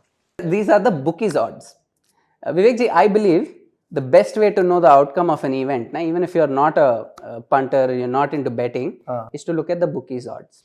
When you want to see elections also, na, if elections come up and you want to see who is going to win, exit polls ka chhod do, you look at what is the bookies odds. Okay. Because when somebody is putting their money on the table, that is where you know the highest chance of predicting an outcome. Absolutely. Because money is the best way to predict. Absolutely. So here is a bookmaker, and I want to talk about the thought process of bookmaker. Yeah. Bookmaker is like whoever wins in this India versus New Zealand match that was there, he wants to make money. Yeah.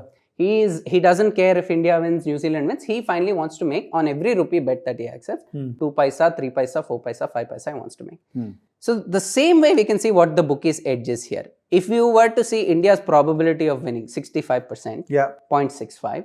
If you bet 1 rupee on India, you get 1.47 back. Meaning 47 paisa profit. If you multiply the two, you will get a number of 0.95.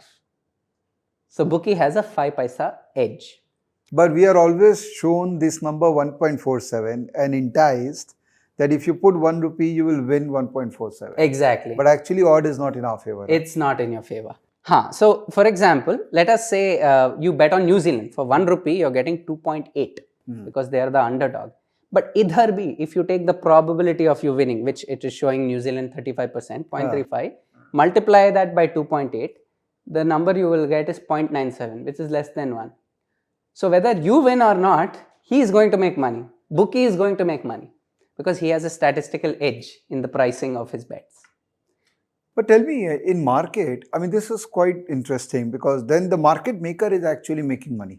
Correct. Because the bookie or the market maker is giving you both side quote. Absolutely. In stock market, exchanges obviously are not the market maker. They are just a platform. Correct. Who is the market maker? Who is that bookie in stock market? We'll get exactly to that now, Vivekji. So we have the advantage of being in live market.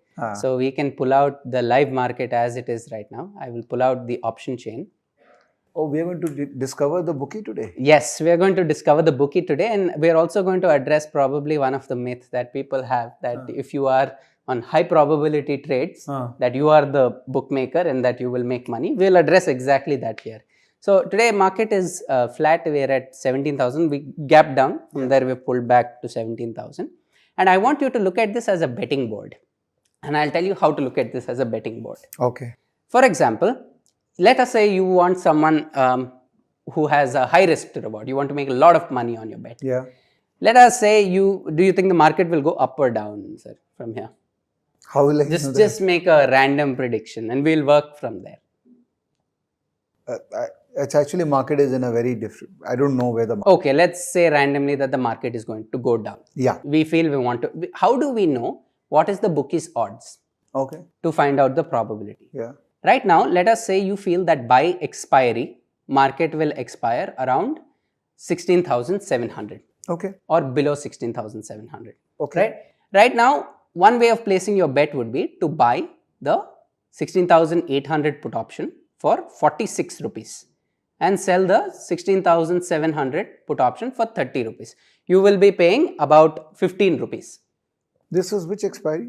This is the current December expiry. December expiry. So how much money will you be paying? You will be paying about 15 rupees. Right. What is your max profit? Max profit is 100 rupees, right? Yes, 100 rupees. So 85 rupees will be the profit that you make. 100 rupees is what you will get back. Correct. So the odds is very simple, how to calculate the odds. Basically, if you were to, for simplicity's sake, let us say 7.5, 1 in 7.5, because if your payoff is going to be 7.5 times your money, then roughly 1 in 7.5 is the probability that it happens, that particular event happens. Okay. Right? So similarly, one other way of looking at it is the delta column. Delta gives you the rough probability that a particular strike is at the money at the time of expiry. Yeah. Right? But this is, let's forget all of this for now. Okay. There cannot be, if you look at this from the same expected value concept, if you go by risk and reward, there cannot be a positive expected value for anyone here, because you can be on the buying side of this probability or the selling side of this probability. Okay. Matlab, you can either buy the put option and sell the lower put option, place that bet, or you can take that bet. Okay. So inherently there is no edge in selling or buying, but edge can come from your risk to reward. Like, let me put this simply. Let us say you're paying 15 rupees Okay. today intraday. So I've say executed the strategy. So I bought a put option, I've sold a put option. Correct. So I've paid 15 rupees. Right? Correct. Let us say you've executed it, and what you decide to do is that if it goes to 10 rupees intraday, you take a stop loss. Oh, that 15 rupees, I'm not thinking of letting the whole 15 rupees go. Correct. I'm saying that 15, when it becomes 10, then I will execute the stop loss. Correct. Okay. Okay. Or if it goes to 25 rupees, Okay. you book profit. Okay. Then you can create a positive edge here. As long as, see, there is no intrinsic edge in selling options or buying options. Mathematically, that makes no sense. People who say that I sell options, that is my edge, because of that I make money. What they mean to say is most of the time they made money because it's a high probability trade. Can you please explain this concept again to me? When you say that there is no intrinsic edge of being a buyer or a seller. Correct. But different people have different style. For example, we know some people who are very active sellers, they make money and they claim that they are very good sellers and they make money because of that, as you rightly said. Correct. But then we had Asit with me a couple of days ago, and he's a buyer and he has an edge there. Correct. So I can correlate your statement that every person has some edge, but there is no intrinsic edge Correct. in the market. Can you Correct. please explain this? Absolutely. So let me put it this way, Vivekji. For example, right now the same trade that we looked at. So it would be buying the 16,800 put option now at 45 and let's say 45. Yeah. And this selling the 16,700. The probability of this event occurring is not 1 in 7.5, 1 by 6 times roughly, you can say, right? So 1 by 6 times, most of the time that trade is going to lose you money if you hold till expiry, which means 5 out of 6 times you're going to lose money on that. Only once you will make money on it. Okay, got your point. So if you go by the same expected value, the Yeah. probability of you winning, which is 1 by 6, but if you're able to convert the entire 6 times on your money, then there is no edge because it becomes 1. Yeah. You're not getting, because as long as you go by the probability as an inverse of the payoff, there is no intrinsic edge in buying or selling. It just means that you are taking a trade which is supposed to lose you money. And as somebody who is accepting that trade, you are taking a trade which most of the time is supposed to make you money. Okay. But there is no value that is coming over than 1 in terms of your expected value. Now, this gets a little bit this thing. How did you calculate the value less than 1 in this case? Can you tell me the number? You said 1 by 6. Let me look at something that comes to something a little a round number. Okay, let's take the 16. Say for example, that was a round number 15. Huh. So when you bought and you sold, it was a 15 premium which you paid. Correct. So how is that payoff less than 1? Okay, so basically 15 divided by 85, that gives you the probability of the entire event occurring. Oh, Wherein okay. it- Just like what we did in case of coin, in case of that roller game. Correct. Let's, for simplicity's sake, say you paid 10 rupees credit, Yeah. and your max profit is 100 rupees, Yeah. 90 rupees, 90. 100 rupees spread. Right. So basically, the chance that you win, if you're being paid 1:10, the chance that you're winning, roughly you can say also is 1 in 10. Yeah. Win that maximum money I'm talking Yeah. about, not anywhere in between. Yeah. So from there, you can say that, okay, if the probability of the event occurring is 1 by 10 and your payoff is 10, then 10 by 10, like you multiply 1 by 10 into 10 rupees, you're getting 1. Right. Right. So there cannot be any intrinsic edge in this. Correct. Right? The edge has to come from somewhere else. So there is no edge in buying or selling. But if you have, for example, a particular system that tells you that you buy this at 10 rupees, you buy this particular spread at 10 rupees. If it goes to 8 rupees, you take a stop loss. And you can take a stop loss, Vivekji, only when the market is live. You Right. can't take a stop loss when the market is closed. Right. Right. Right. Or when it goes to 12, you start trailing your profit. It goes to 14, you trail your profit. So when you win, you always win more than 2 rupees. Let's forget everything else. You and I take a trade. We don't know, 50% of the time we might be right, 50% of the time we might be wrong. As long as we maintain a positive reward, we're able to let our winners win big and let our losers cut them small, we will make money. That is the only holy grail according to me in the market. I think one of the main reasons I have been, and I also tend to be somebody who takes high probability trades. I think why I have survived in the market is whenever my high probability trade starts to lose, I'm out. I'm out faster than anybody else. I run away from there and I come back the next day because I'm an intraday trader. I can just cut my position whenever it goes against me and come back. So that is there. तीसरा, शुभाशीष पानी, बहुत ही simple आदमी है, थोड़े से मस्त है, उनका यूट्यूब चैनल भी है. जनरली मुझे एक परसेप्शन आ गया है कि जो यूट्यूब में है वो कहीं ना कहीं क्वेश्चनेबल हो गया, but I am very glad कि शुभाशीष पानी टाइप के लोग भी हैं यूट्यूब में जो जेन्युइनली मार्केट के अंदर में ट्रेड करके भी पैसा बना रहे. So, मैं आज एक कॉन्सेप्ट एंड फ्रेमवर्क सिखाने वाला हूँ लोगों को, कि मतलब एटलीस्ट थोड़ा सा उन लोगों को आइडिया हो कि नहीं किस तरीके से market can be very easy. तो हम लोग का प्रोस्पेक्टिव ये रहेगा कि नहीं इजी से हम लोग चीजें सीखने का कोशिश करेंगे without knowing theta delta gamma. मैं ये नहीं बोल रहा हूँ कि स्टडी काम नहीं आती, लेकिन मैं ये बोलना चाहता हूँ कि नहीं जितना इजी चीजें आपके माइंड में प्रोसेस होगा उतना इजीली आप ट्रेड कर पाओगे. तो मेरा इंटेंशन यही है. तो जब मैंने आपसे विवेक जी बात किया था तो मैंने आपको पूछा था आप किस तरीके से ट्रेडिंग करते हो, तो ये वाला कि नहीं आप बहुत सारे व्यूअर्स भी जानते होंगे आप मोमेंटम ट्रेडिंग पसंद करते हैं. नो डाउट आपको इंट्राडे कंफर्ट जोन में नहीं है, तो पहले मैं ट्राई करूंगा आपको इंट्राडे में कंफर्ट जोन में लाने के लिए. I will try my level best and make sure कि नहीं आप समझ जाओगे गेम को. तो फर्स्ट थिंग, हम लोग डरते चीजों को इसीलिए है कि नहीं हम लोग उसके पीछे का रीजन समझते नहीं है. अगर मैं आपको बोलूं यहाँ पे बाय करना है आप डरोगे क्योंकि आपको पता ही नहीं है अगर नीचे आ गया क्या होगा, इसके पीछे का एक्चुअल रीजन क्या था. तो लेट मी ट्राई जितना हो सके मैं आपको बेसिक से बताता हूँ मेरे माइंड में क्या चलता था कि नहीं इन द मनी में क्यों मैं जाता हूँ. और इन द मनी ऐसा नहीं कि मैं अभी से प्रैक्टिस कर रहा हूँ, 4, 5, 6 मंथ से प्रैक्टिस कर रहा हूँ. बहुत ज्यादा हाथ जले हैं, जलने के बाद मैं कुछ चीजें सीखा हूँ. अभी थोड़ा बहुत एज आना स्टार्ट हो गया है कि नहीं हाँ at the money in the money में हम लोग नहीं जा सकता हूँ. तो मैं ट्राई करूंगा कि नहीं इतने लोग देख रहे हैं इट्स ओनली फॉर एक्सपायरी, फिर आप लोग उसको एक्सपेरिमेंट कर सकते हो क्योंकि इट्स ए फ्रेमवर्क आप अपने हिसाब से डेवलप कर सकते हो. I don't have any issue. तो अभी हम लोग अगर स्टार्ट करेंगे मेरा थॉट प्रोसेस क्या था मैं आपको बताता हूँ. फर्स्ट थिंग, मैं जब भी बुक्स पढ़ता था क्योंकि ऑप्शंस के बारे में मैंने बुक्स नहीं पढ़े थे, बहुत ज्यादा बुक्स भी नहीं है, तो हम लोग जनरली इन्वेस्टिंग का हो गया या फिर हम लोग कोई ट्रेंड ट्रेडिंग का हो गया इंडिकेटर के ऊपर बुक्स पढ़ते हैं. तो वहां पे लिखा गया था हमेशा आप लॉस कम रखना एंड प्रॉफिट ज्यादा रखना.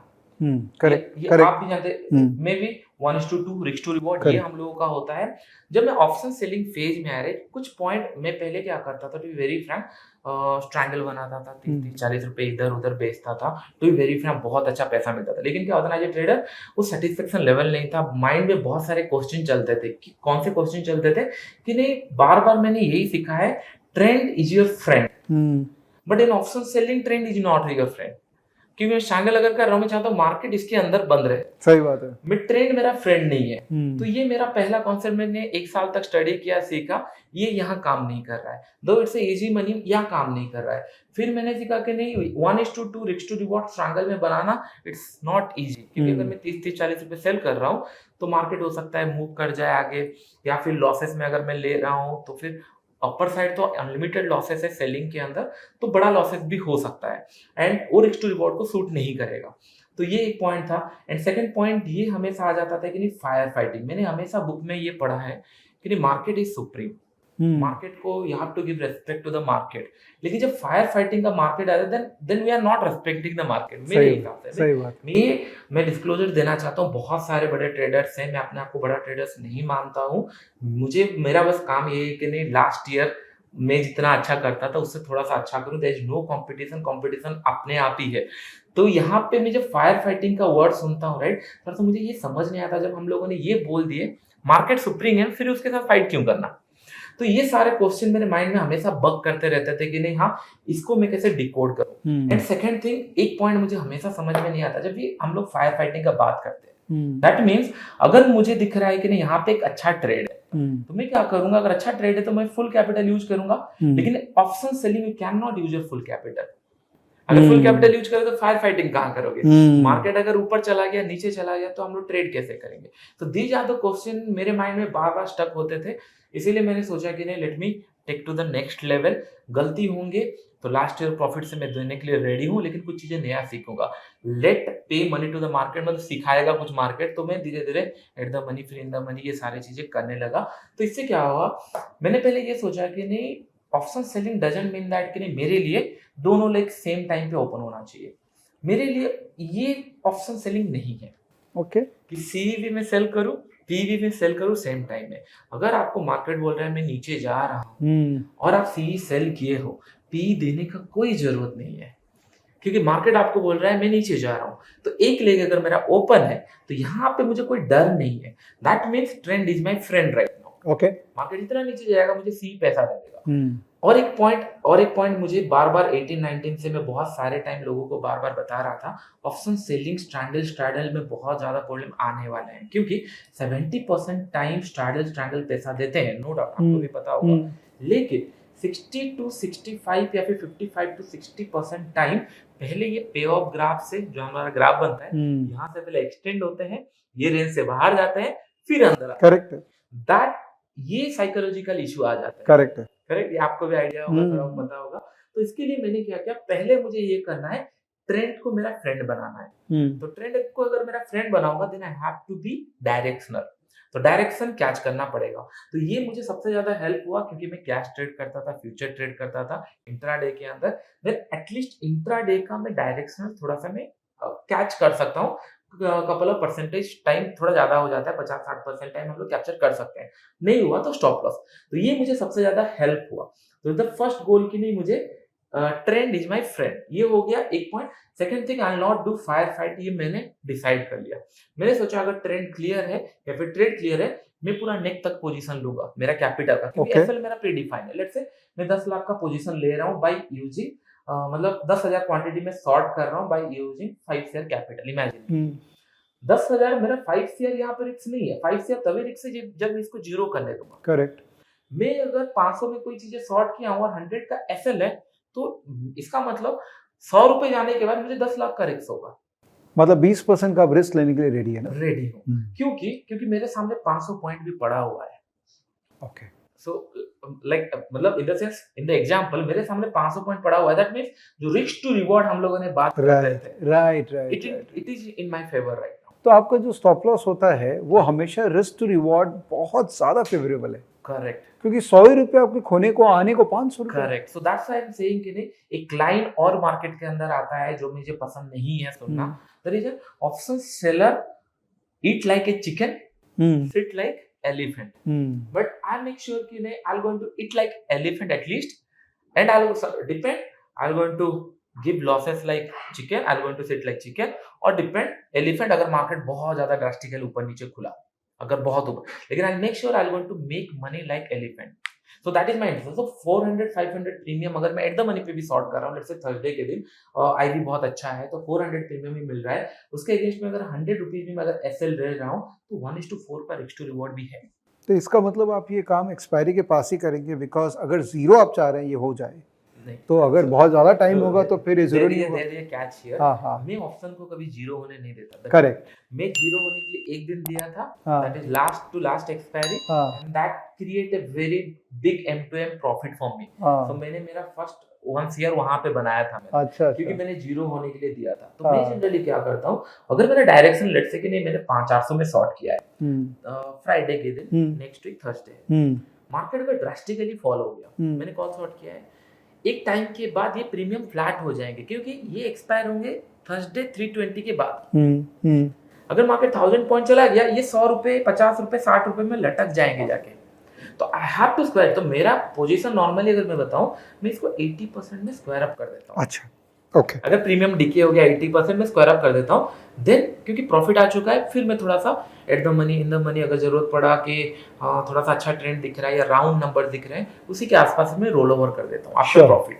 श्योर। चौथा एक और इंडिविजुअल है जो सीपीआर इंडिकेटर पे बहुत अच्छा नॉलेज रखते हैं, वो है Gomti Shankar. Very young guy, very dynamic guy, और उनका जो मॉडल है ना, मुझे सब्सटेंस लगता है उस मॉडल के अंदर में. It is not a frill, it is genuine model, और मैं उनसे बहुत कुछ सीखा हूँ. CPR के बारे में अच्छा नॉलेज मुझे मिला. So I have segregated my presentation into 3 parts. So part 1 is about CPR indicator.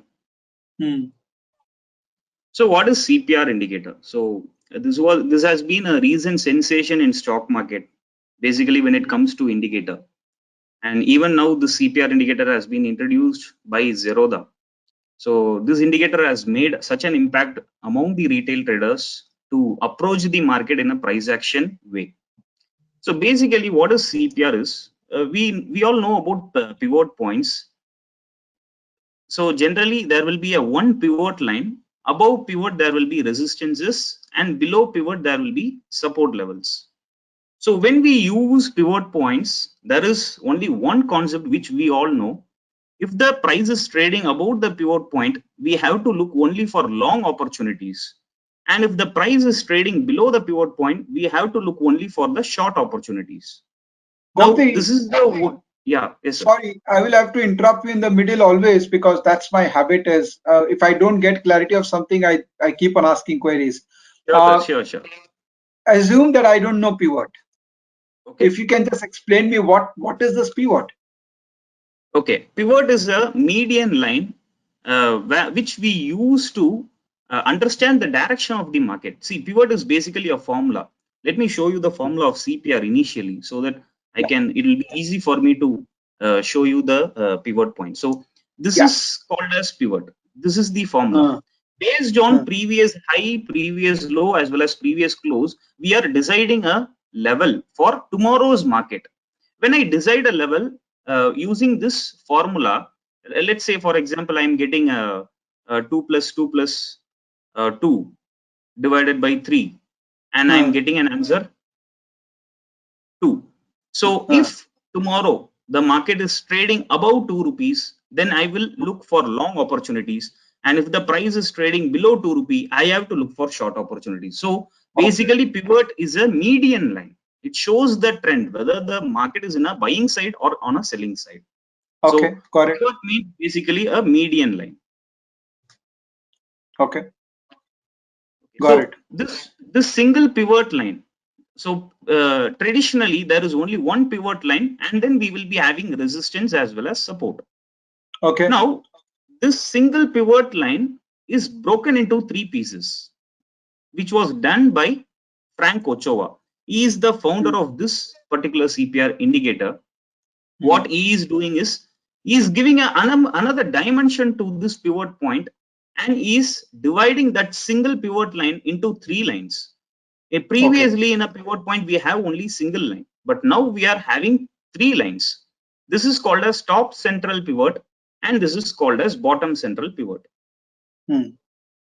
So this is what the work done by Frank Ochoa, and the resistance levels and the support levels will be as default as it is. So let me show the formula for the TC and BC. So this is basically the median line, and this is the bottom line. So this is called as bottom pivot. We can call it as bottom pivot, and this is called as top pivot. So these 3 lines are together called as central pivot range. Okay. Central pivot range. So this range is called as CPR. This range is called as CPR indicator. Okay. So now what is the use of these 3 lines? Previously we are using single line as a pivot point. Now what is the use of these 3 lines? The purpose of using these 3 lines is, we can derive a variety of market sentiments. For example, if these 3 lines are closer to each other, if this is how a CPR looks like when we apply it in our charts. So this is called a CPR indicator. So if these 3 lines are closer to each other, it is called as narrow CPR. And if these 3 lines are having some distance between each of these lines, then it is called as wide CPR. Okay. So what is the inference we get from this 2 types is, whenever there is a narrow CPR, we can expect that particular day to be a trending day, and whenever there is a wide CPR, we can expect that particular day to be a sideways market or a range bound market or less trending market. So this is the main inference which we get from these three lines. Now Can you go back to a CPR slide once again? I'm just trying to comprehend what you just said. Yeah, the formula. Yeah, the formula. Yeah. So pivot is open high. It's a high low close divided by 3. Okay, understood. BC is equal to high plus low divided by 2. Okay, so you are considering the high and low for the day divided by 2. So both the figures could be same also if low and close is the same, or high and close is the same. Correct? Yes, sir. Yes, sir. So if low and close is the same, that means the stock has probably has had lesser volatility. Can I assume that? Yes, That's yes, exactly. On the previous day, yes. Good. And TC, sorry, what do you mean by TC? What's the full form of TC? Top central pivot, bottom central pivot. It is Top like central TCP pivot. and BCP. Yeah. So TC is the pivot line minus BC, which is the bottom pivot, plus pivot line. Ah, got here. Got it. Actually, this formula is taken from Pivot Boss book only. Okay, I got it. So see, what I'm trying to do is the conclusion which you gave, the narrow and the wide, I'm trying to reconfirm it with the formula. Now I understand. After looking at the formula, the conclusion makes a lot of sense. Okay. Yes, we can proceed. Okay. So whenever there is a narrow CPR, we can expect that particular day to be a trending day. And whenever there is a wide CPR, we can expect that particular day to be a sideways or range bound market. So this is an example, a simple example for a narrow CPR. So whenever there is a narrow CPR, we can expect, so here there is a narrow CPR, and if the price stays above the CPR, we have to look only for long opportunities. So here in this case, the candles are staying above CPR and they are opening around R1 levels. So when the market opens around R1 levels, we can clearly understand that this particular day is going to be a trending day, and we have to look only for long opportunities. Whenever the price dips down, we have to look for long opportunities only, buy on dips, like that. How did we calculate the R1 levels? Or we have the formula in the formula slide. So R1 and R2 and S1, S2, these are standard values which we use in pivot points. Okay, got it. So that we can get in any software. If we plot pivot, we'll get R1. Yes. Actually, we have CPR indicator in TradingView, which I have coded already. Oh, fantastic. So you will show us that indicator how later in TradingView, can you show us? Yes. That will be really nice. Yeah. So this is one example where the market is having a narrow CPR and it was trending. Now, sometimes in some cases, what happens, there will be a narrow CPR. So this is day one. Let us assume as day one. Here we are having a narrow CPR, but the market is not trending. It is inside a range between R1 as well as S1. So whenever the market is not trending on a narrow CPR day, we can expect the next day to be a trending day on day 2. Why? Because we are getting a less volatility on a narrow CPR day. Generally, whenever there is a narrow CPR, the volatility should be high. And when there is a less volatility on a narrow CPR day, we can expect the market to be volatile on the next day. So this narrow CPR is basically a reflection of less volatility previous day, right? Yes. So if on the next day volatility narrow CPR, can narrow CPR continue for many days? No, the possibilities are less. Generally, narrow CPR may continue for a couple of days or a maximum for 3 days only. Oh, but even if the stock stays in narrow range for 3 days, narrow CPR can expand? Yes, it can expand. It all depends on the open as well as the close price. If the open price and the close price are closer to each other, then there will be a narrow CPR. Yeah, that's what I'm saying, that if open and close remains very close for 3 days, then narrow CPR can remain narrow CPR, right? Yes. Okay. But generally it will not happen frequently. Okay. Fair point. Yeah. So whenever the narrow CPR, the market is not trending, we can expect a trending day on the next day. On the next day, in this case, on day 2, the market is staying above the CPR. We can see the market has opened below the CPR, but within few minutes, it managed to close above. It managed to stay above the CPR. So we have to look for long opportunities only. और पांचवा जो है again Bangalore base IITN Manu Bhatia. I think Manu ने systematic trading करने का एक skill सीखा है. ऑब्वियसली उनका IIT का बैकग्राउंड है और उनका पैशन भी है मार्केट के प्रति, इसीलिए वो ये बना पाए. पर आई थिंक अगर किसी को सिस्टमैटिक ऑप्शन ट्रेडिंग करना है तो उनका वीडियो देखना चाहिए. मैंने इनसे बहुत कुछ सीखा. So please discuss rule-based trading today. If someone wants to adopt a rule-based trading, how and when a person can do it? Sure. So I'll just open this quick 2 or 3 slides that I've made to discuss this. Great. One of the most important things for a trader who's new to the market is not to get into too many discretionary things. It is better to get into a rule-based framework and what do you call system trading. If a person can do that, it would be very beneficial. So what exactly is a trading system, what we call system trading? I'll just quickly go through that. A trading system is basically a group of specific parameters that combine to create a buy or sell signal for any given instrument. Now these indicators or these parameters could be technical indicators, price action related indicators, or fundamental indicators. Just to give you an example, what are technical indicators? It could be like a lot of people use RSI as a tool to understand the price movements, right? So one can use RSI, one can use MACD, ADX. These are all technical indicators. Now, what is price-based parameters? Price action-based parameters would be to understand the patterns in the market, to understand what is the kind of trend, what we call previous day high, previous day low, what is the action happening around these points. So all of that comes in price action. And indicators could be a lot of people who are good in fundamentals create their fundamental systems. For example, one of the very popular systems is that the 10-year system, I'm forgetting the name,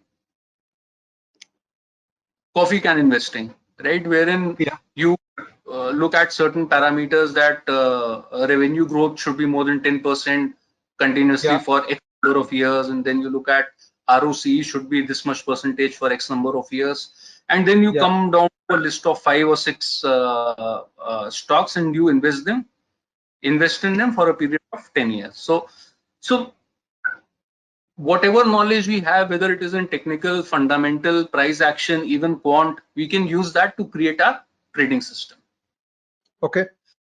Vivek, feel free to stop me if you have any. If I'm going too fast, too slow. If you have any tones or questions for me. Absolutely. I have a very bad habit of doing that, so not to worry. Okay. Great. So what are some of the advantages of a trading system? First of all, it eliminates bias. Whenever we get a signal, we put in a trade. That trade we have to also define when to exit. So everything is like pre-defined. There is no external influence that can change the course of the trade. If we are so it will remove a lot of those biases. Emotions also are reduced to a certain extent. Indecision is not. One of the biggest things that I feel, one of the biggest challenges is when we have to make decisions as the price is moving in front of our eyes. M2M is there, price is there. So making decision at that point is very difficult. Not many people are able to do that. With system, all the decisions are made for you by the system. You don't have to think too much. It gives a buy signal, you buy. It gives a sell signal, you sell. And also it will bring down the over trading bit. Right. So whenever signal we take a trade, otherwise there is no need to trade. It also adds a certain level of consistency and control. By control, I mean you are able to plan your risk, you are able to plan your trades in a manner, okay, if I risk this much, you've done some back testing, this is the kind of reward based on the back testing that we can get. So it gives a certain element of control as well. Right. Cool. So I'll also just quickly touch upon this concept of edge. So a trading is basically some approach, observation, or technique that gives a cash generating advantage to a player over others in the market. Right. And trading edge is what differentiates between winning and losing, trading and gambling. So there's a very thin line when people say you are trading, you are gambling. I think that difference is done by whether you have an edge in the market or not. Right. So mathematically, we can define edge in a very simple manner. It's something for any given set of trades, we can calculate what is the percentage of winners and what is the average. We subtract, we take that and then we deduct the percentage losers multiplied by the average loss. So this is the mathematical formula for calculating the edge. Okay. Okay. Couple of examples here. For example, a coin toss, we all know the probability of heads or tails is 50%. So in that case, win percentage is 50%. And if I say that if I win, I will give you 1 rupee. If you win, you will give me 1 rupee. So reward to risk is 1:1. Right. When we calculate the edge, it comes out to be percentage winners into average win is 1 minus percentage losers into average win. So there is no edge. So this is a game that is not worth playing. There is no edge. And if we add commissions to it, then the edge will become slightly negative. Right. Right. So a coin toss is we can think of it as a system with no edge. Now, if we change 1 point in the coin toss, the win percentage is 50%, but reward to risk changes. We see that if I win, I get 2 rupees. If I lose, I only have to give out 1 rupee. Right. So now the calculation of edge will be as shown, and the edge will come out to be 0.5. This is what we call positive expectancy. So this system has a positive expectancy, and this is a system that I would want to trade in the market. The first system, I think that I can keep on trading every day, every month, every year, nothing will happen.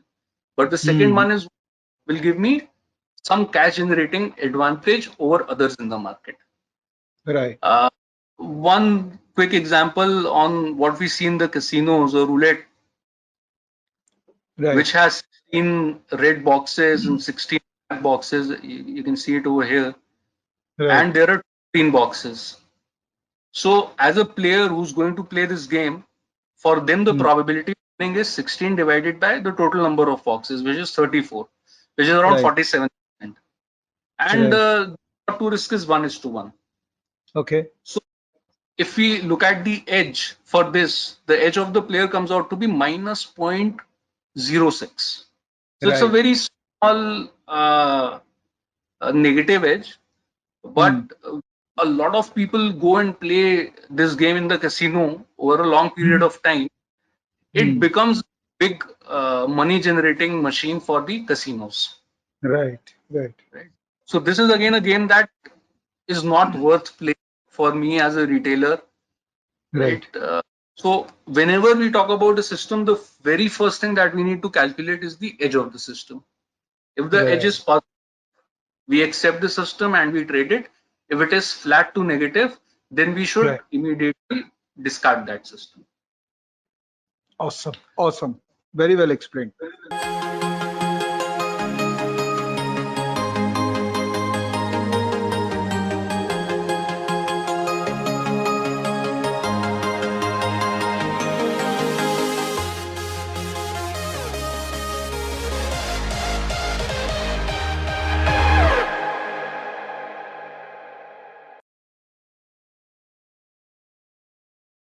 Investments in the securities market are subject to market risks.